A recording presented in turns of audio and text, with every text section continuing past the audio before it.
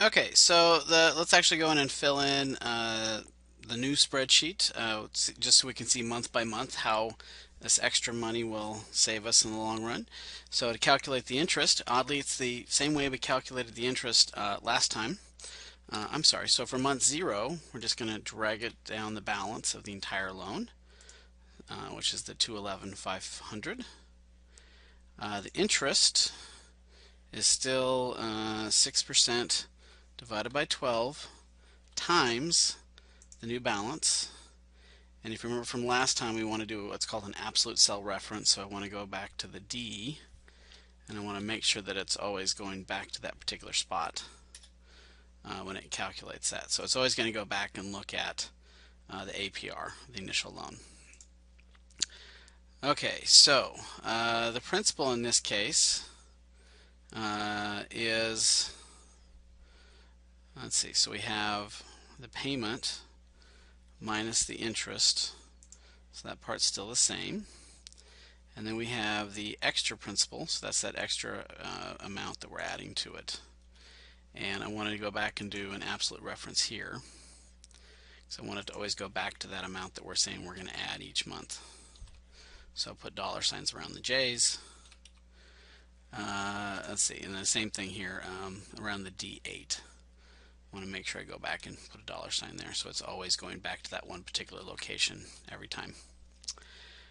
Okay, and then now what I'm going to do is I'm going to have it link up the previous balance from the previous month, but I'm going to sum these two payments together, the principal plus the extra principal. And so that's what my new loan amount is. And so let's just double check that I did this correctly, make sure things link up. Okay, so the amount of interest should go down a little bit. Amount of principal, notice, is a little bit higher than the previous month, and that's mainly due to that extra 105 that I did. So at the start it doesn't look like it's too powerful, but link all the cells together, drag it down, and then just make sure it kind of works, so everything seems to be working fine. And I'll just double click, and it'll automatically fill everything below that point. And so the nice part is I can scroll down and I can see when I run out of having to pay stuff.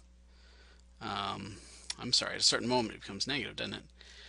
Let's see, so right here, right about month 295 is when it goes from positive to negative, which is what we calculated way up the beginning with this formula. We calculated that we would be able to pay this thing off in 295 months.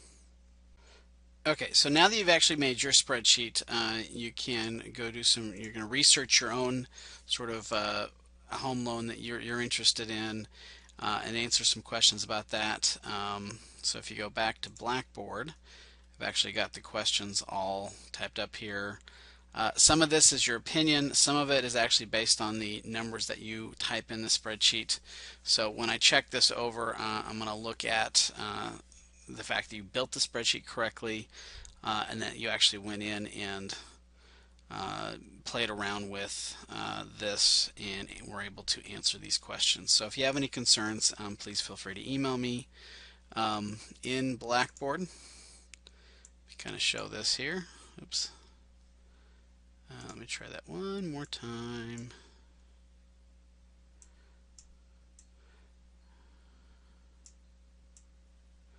Okay, sorry. Down here at the bottom. So it's going to say upload spreadsheet and discussion questions. So when you click on that link, there in the comment section is where you're going to answer your questions, and then you're going to attach the spreadsheet through this. And then you can kind of see from the rubric there, if you want to see how I'm going to grade it, you can kind of see this is the different areas that I'm looking at. So if you have any questions, feel free to ask.